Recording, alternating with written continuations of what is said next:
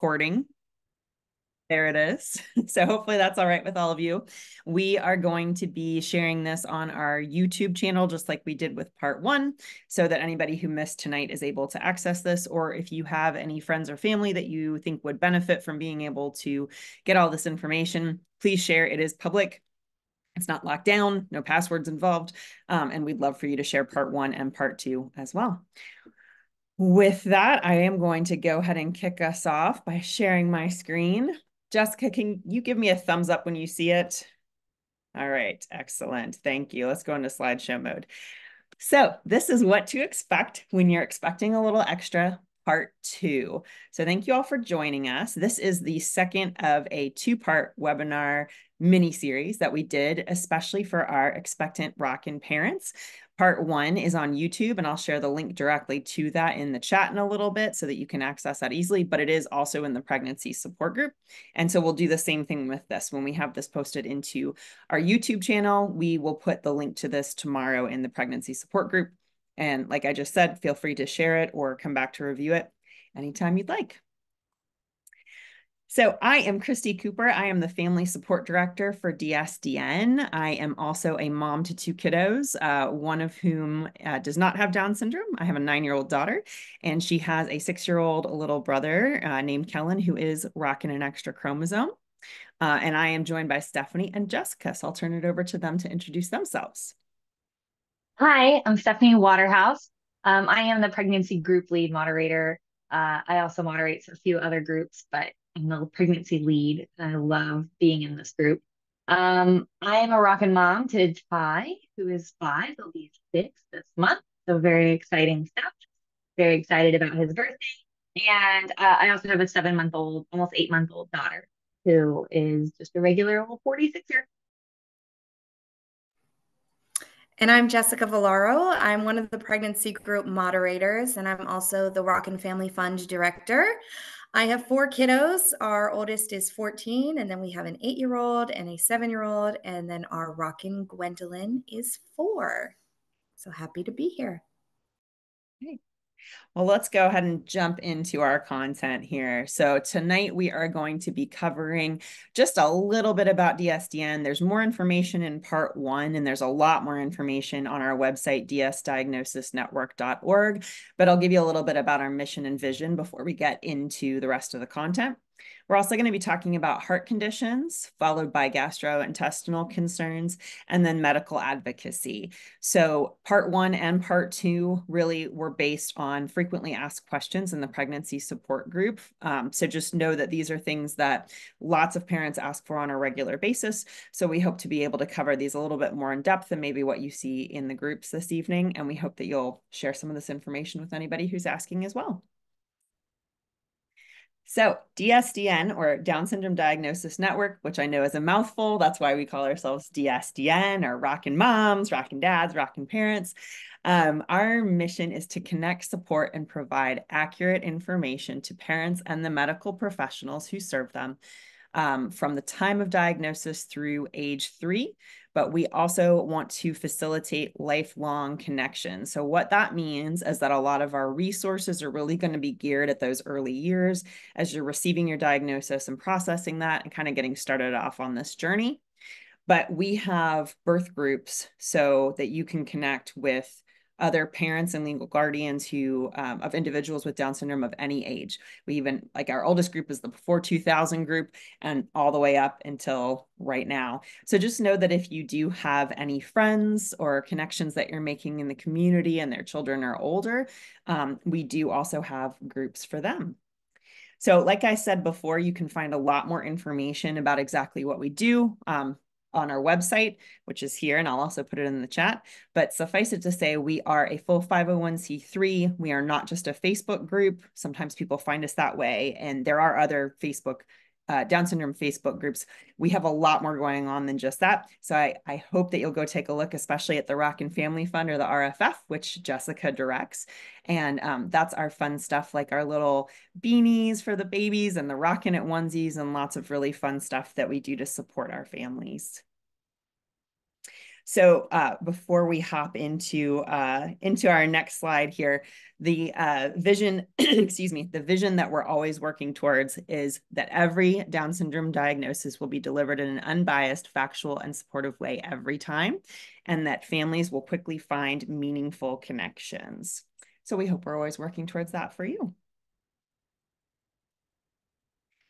So I made this same note on part one. So if you joined us for part one, I appreciate you listening to me saying this again. But when Jessica and Stephanie and I were putting this together, we wanted to make sure that we addressed that we find in the group a lot of times, and we felt this way, I think, as well, when we were expecting, that we really wanted to be able to predict the future. There were so many questions about how Down syndrome was going to impact our kids and what our lives were going to look like. And there is no crystal ball. We cannot predict the future. You cannot predict the future. We are just here to make sure that we're offering resources, information, and support for you as you begin this unique journey. So just keep in mind as we go through this that a lot of the things that we're going to share might be a little bit more general or things for you to think about. We want to provide as many resources as we can, but of course, we're not going to be able to answer those like really core questions that everybody wishes that we can answer when they're expecting their baby. So just keep in mind that this is all based on our experiences and some tried and true resources that we have as we go. And we also hope that this message kind of serves to take a little pressure off of you, because I bet some of you are trying to predict the future or plan for it right now. And it's hard not to, but try to give yourself some grace. All right, Jessica, take it from here on heart conditions. Yes, thank you. So I'm going to be talking to you today about heart conditions and just kind of sharing my background and my experience. I might be throwing out some medical terminology, but as Christy kind of said, I'm not a doctor. I'm not trying to give medical advice. I'm just sharing our experience. So just a little bit of background. We found out about Gwendolyn's heart defect before we found out that she was going to have Down syndrome. So I went in for my 20-week ultrasound, just ready to see a little baby wiggling around. And I found out that we had a few issues with her heart. So that sent us in for a fetal echo, which led to a diagnosis of an atrioventricular septal defect, which is also sometimes called an AV canal defect. And we also learned in that appointment that that particular defect can be strongly connected with Down syndrome. So we ended up testing for that. So that's a lot to absorb in a very small amount of time. Okay. So I am going to kind of betray the slide right now because, you know, we see breathe in those big capital letters. And yes, it's important to breathe, but um, you're allowed to freak out. Okay. This is your child, and you're just finding out that they have a heart defect that is going to require monitoring or medication or open heart surgery as an infant or a toddler, and or any combination of those or all of the above. And it's okay to freak out, and it's okay to feel a little overwhelmed. So, like, you have my permission, freak out. It's okay. um, but now that you freaked out, you do have to breathe, because now not only do you have to educate yourself about parenting a child with Down syndrome, you also have to educate yourself about that particular heart defect and how you can best support your little one and make sure that you're setting them up for success. So, my first piece of advice, just from my own personal experience, is to get connected with our Heart Heroes group. I'm a moderator for pregnancy support now, but for I think a little under 2 years, I moderated the Heart Heroes group after Gwendolyn had kind of cleared her heart surgery hurdle. And I have to tell you, the dynamic in that group is similar to the dynamic in pregnancy support, where you might have a new mom receiving this diagnosis and coming into the group rattled, understandably so, you know, and then you have the older seasoned parents kind of swoop in and help them and say, you know, listen, it's going to be all right. And so there's a lot of support, there's a lot of empathy. There's almost 3,000 members in the group, and so chances are whatever you're looking at as far as a heart diagnosis, there are probably many people in the group that can relate to that and can kind of help to guide you through it. And so the level of support there is just phenomenal. So anything from just being able to empathize with you and just they get it. They get that this isn't a great time and they get that it's going to be a little stressful or a lot stressful. And sometimes it can be a little isolating as a heart parent. And so being able to sort of find your tribe is really important. So they can also weigh in for financial advice, maybe getting you connected with the financial resources that might be available in your area or different waiver programs that might be in your state. And they can also give recommendations for cardiologists because chances are, like I said, there's almost 3,000 members. So probably someone lives close to you and they can kind of share their experience. And that's kind of important too, to research your cardiology team.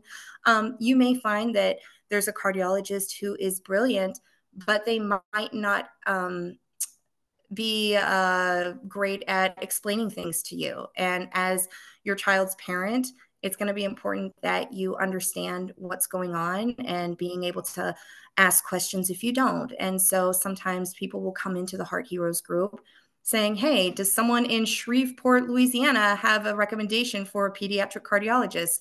And someone in Shreveport will chime in and they'll share their experience. And so that can be really helpful, especially at a time where it feels like there's so much that you can't control. So it's always helpful to kind of get that little beacon if someone says, hey, I've been through this. This was my experience and it's helpful. So definitely check out the Heart Heroes group. We also get asked a lot of times about particular baby gear that you might need. In the Heart Heroes group, there are some pinned posts about what you might want to pack if you are planning a surgery, if your child's going to need surgery. In my personal experience, if you're looking at open heart surgery, I would definitely recommend the side snap or side zipper sleepers. And the reason why is because after surgery, obviously this middle area here is going to be healing. It's going to be tender. And so you just kind of want to make sure that you're kind of doing everything that you can to protect that. And so I found side zipper sleepers on Amazon that were very reasonably priced, and they helped Gwendolyn be super comfortable as she could be. So a lot of people also ask for advice on whether they should get an oxygen monitor like the Owlet or something like that. For that, I always say talk to your cardiology team. Oftentimes, they might not recommend an Owlet because they can send off a lot of false alarms.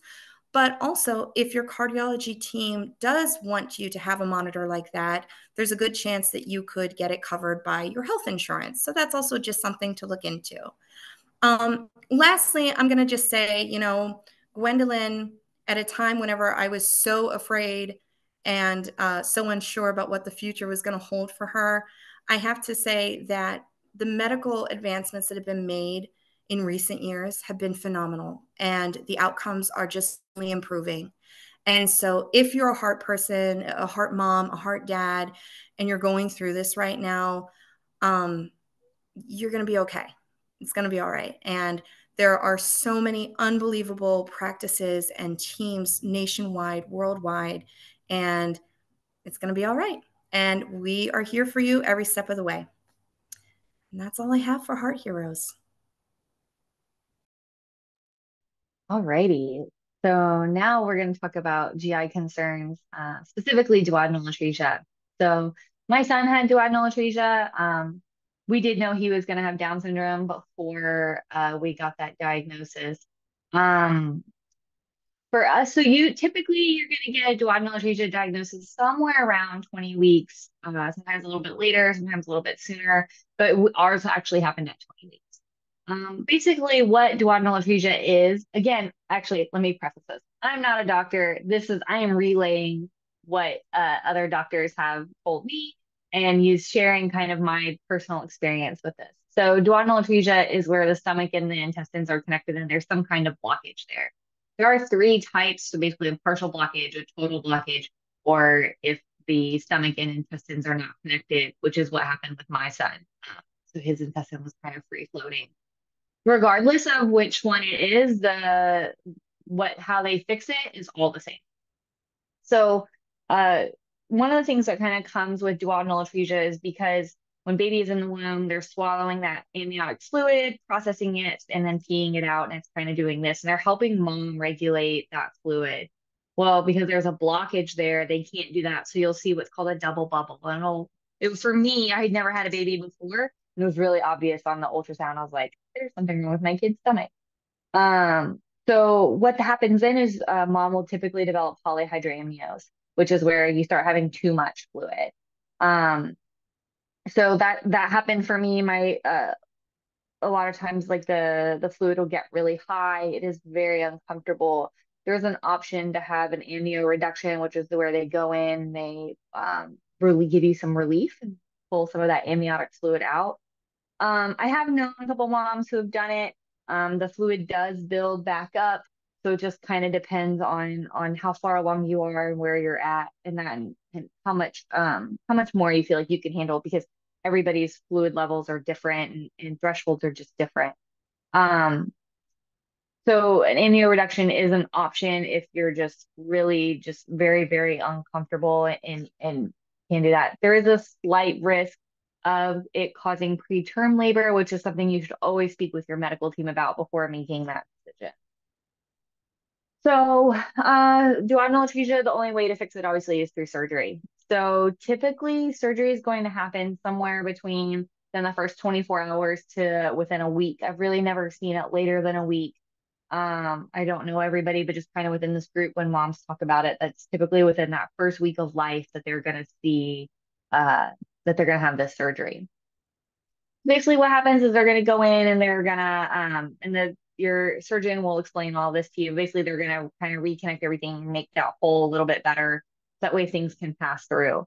Um, Before and after the surgery, they'll have a Repogel that'll be put down into the stomach, and that's drawing fluid out to make sure that the baby has an empty stomach, that nothing is going through that surgery site. And they can't have anything by mouth for the first like 7 to 10 days, and that's to let that site heal, right? Because they want to make sure that it's nice and healed before we start putting things through. Um, so for us, and I can't remember, I want to say it was around day 8, we finally got to have him have some milk. And it was 5 milliliters, which is literally just a teaspoon of breast milk. And he got to have that every 3 hours. So I'd been pumping, I had quite a stash at that point. And I will never forget the first time that he had milk. And so they have to bottle feed him because they have to control how much he's getting. And I give him the bottle and he sucks it down and then just goes limp. And I look up at the monitor, right? Because I'm now, and Jessica, I'm sure remembers this, like you're just so used to looking at the monitor for everything. And so I look at the monitor and it's just flatline. And I'm like, oh my God, like did he die? Like what happened? And so I'm like, nurse, nurse, nurse. And my voice is getting more and more like, what is going on? And the nurse comes over and she's like, what's the matter? And I'm like, you look at the thing. And she said, look at him. What does it look like? I was like, yeah, he's asleep, and he kicked his monitor off. Like, oh my gosh. So yeah, NICU life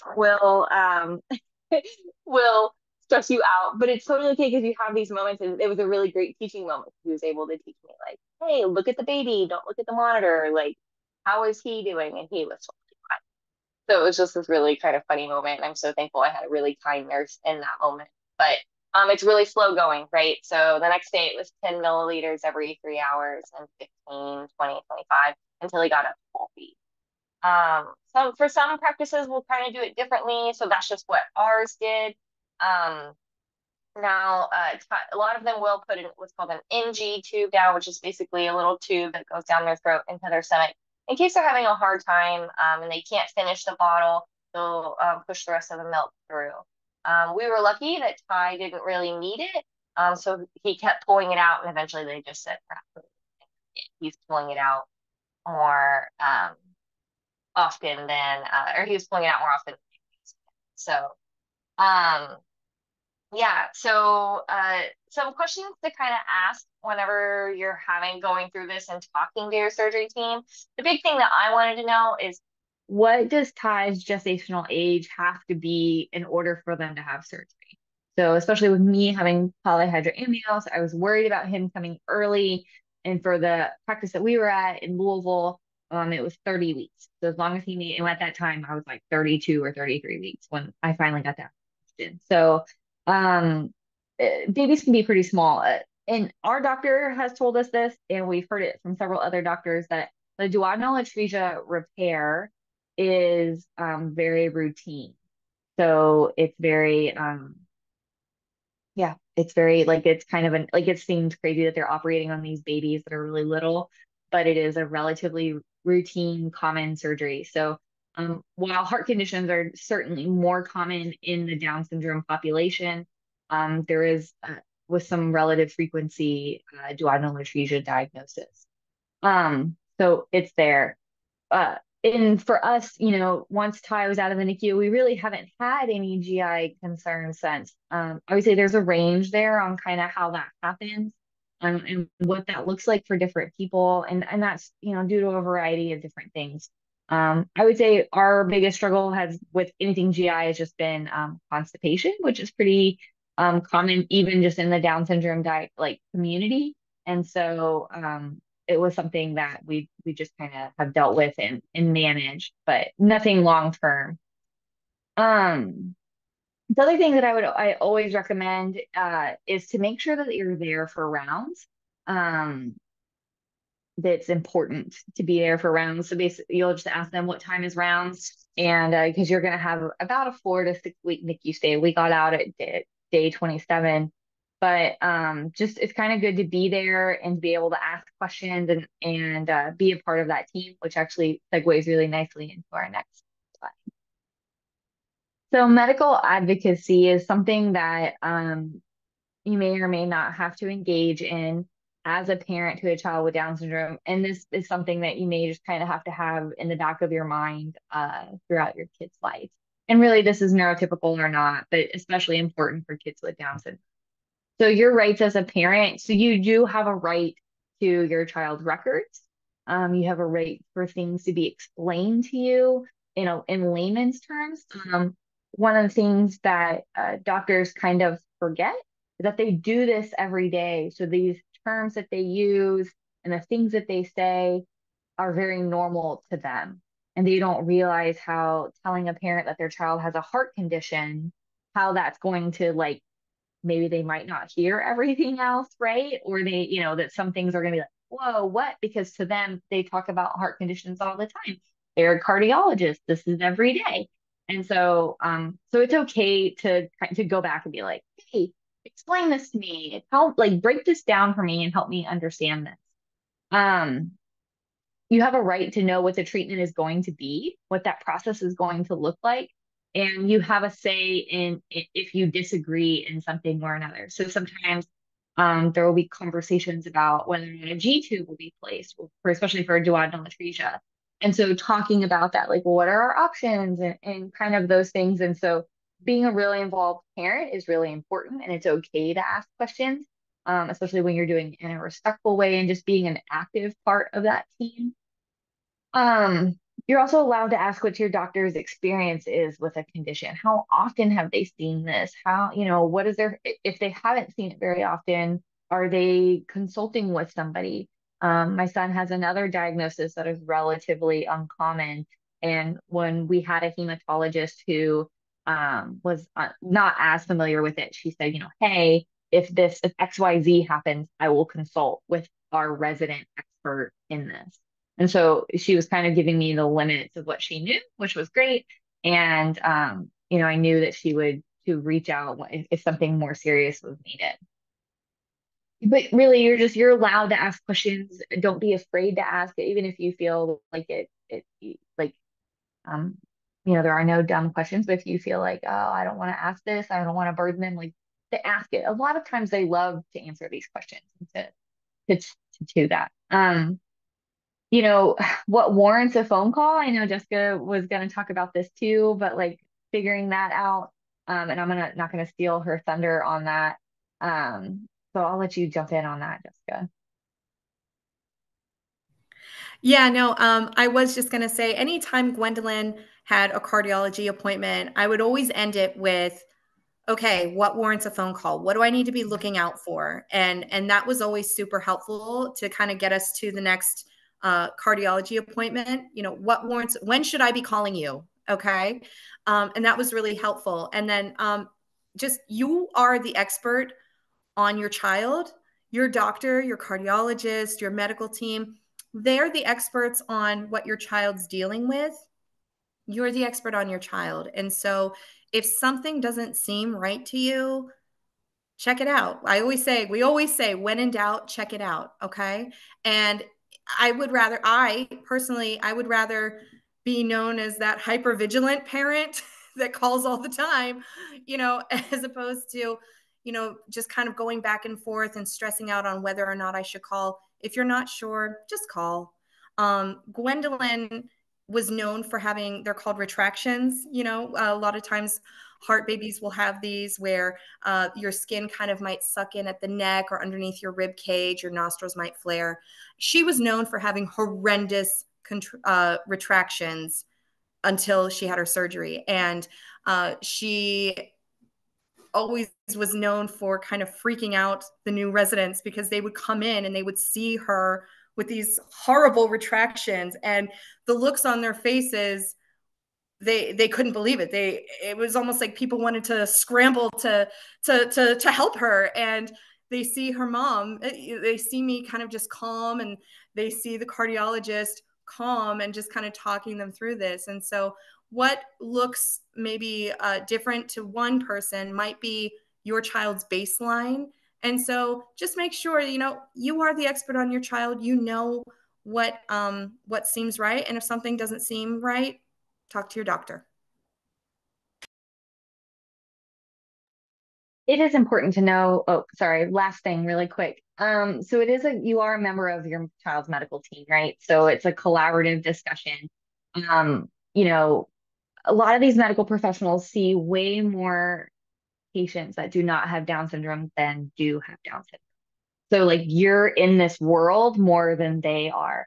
So especially like in your birth group or as you join some of these bigger groups, you'll probably actually know more about the specifics as it relates to Down syndrome than your doctor.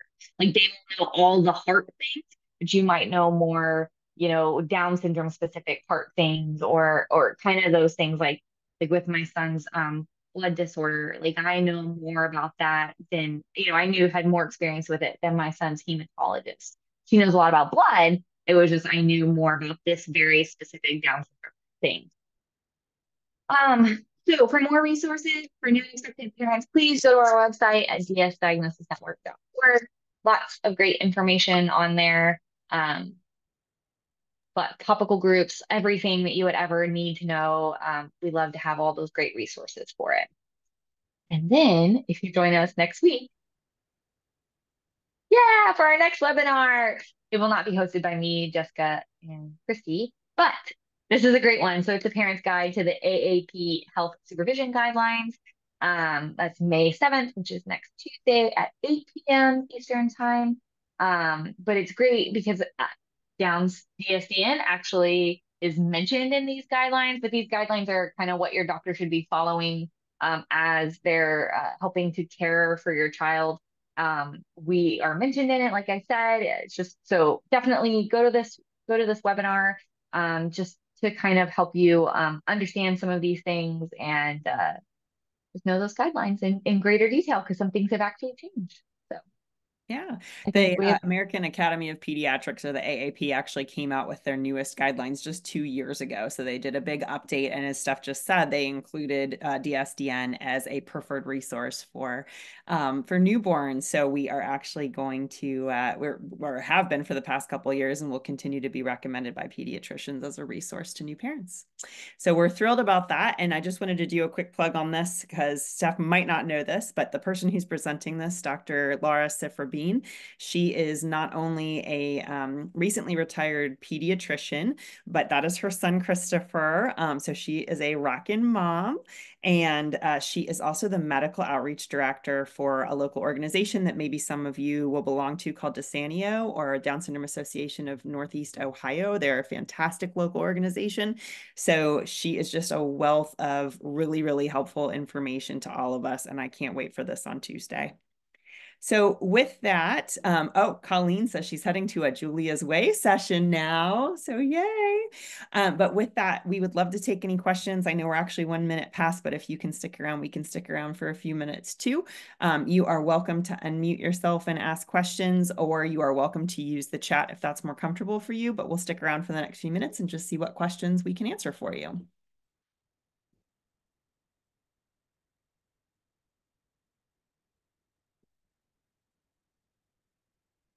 Quiet group tonight.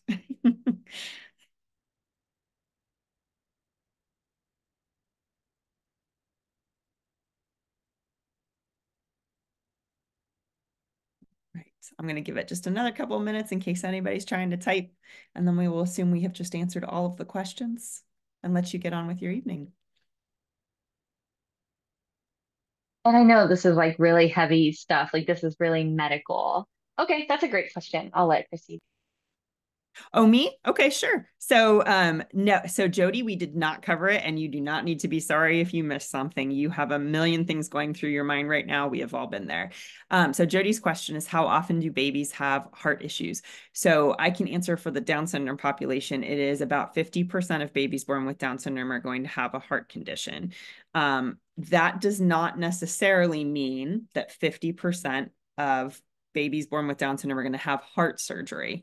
These are heart conditions, and I see frequently in our groups that a baby will have a hole in their heart, but it'll close up actually before birth.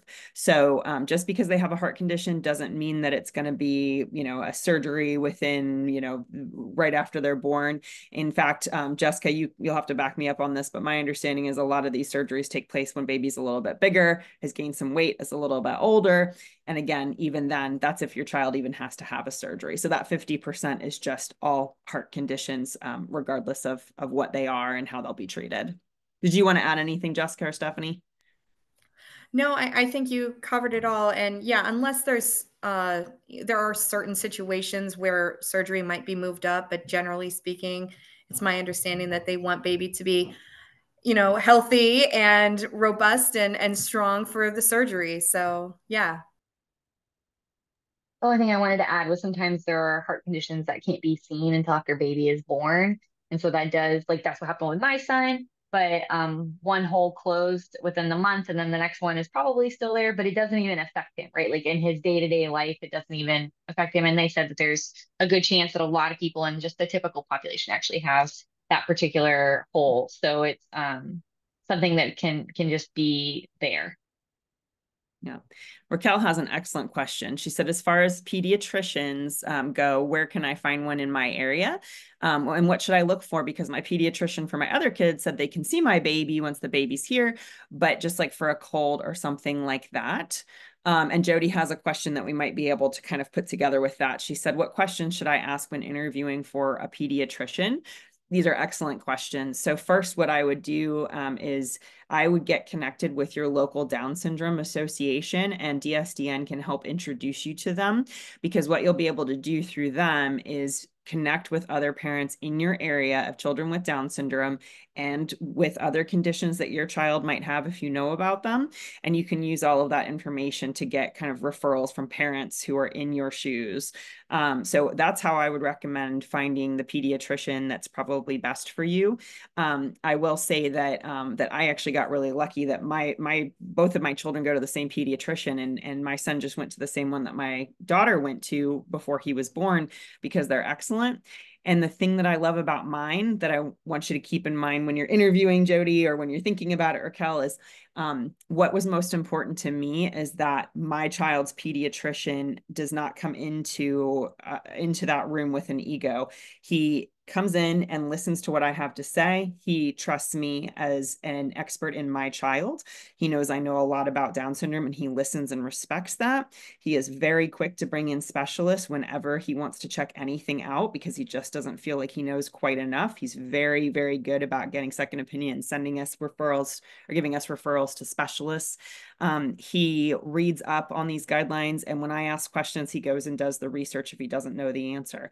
So to me, that was most important, was not that necessarily he's a Down syndrome expert. It's that he's somebody that works well with me and is interested in doing what's right by my son and learning and talking as we go, as opposed to just kind of feeling like he's going to issue the orders and he's the doctor and he's the authority. But what did you want to add to that, Stephanie and Jessica? Yeah, so the only thing I wanted to add was the same thing that Christy said, that making sure you have a good working relationship with them. Also on the specialist, and I like the pediatrician, yes, there a lot of times their focus is kind of that the everyday wellness stuff, the colds, the vaccines, the things like that. But your specialists are gonna be the people who also weigh in on other stuff. So like our hematology team for a long time really ran the show on blood draws and things like that. So um, they should be also a pediatrician who works well with other specialists and who is just good at referring out, like Christy was saying. But there are some things that your pediatrician is just going to hand off, and that's what your specialist is going to work with you.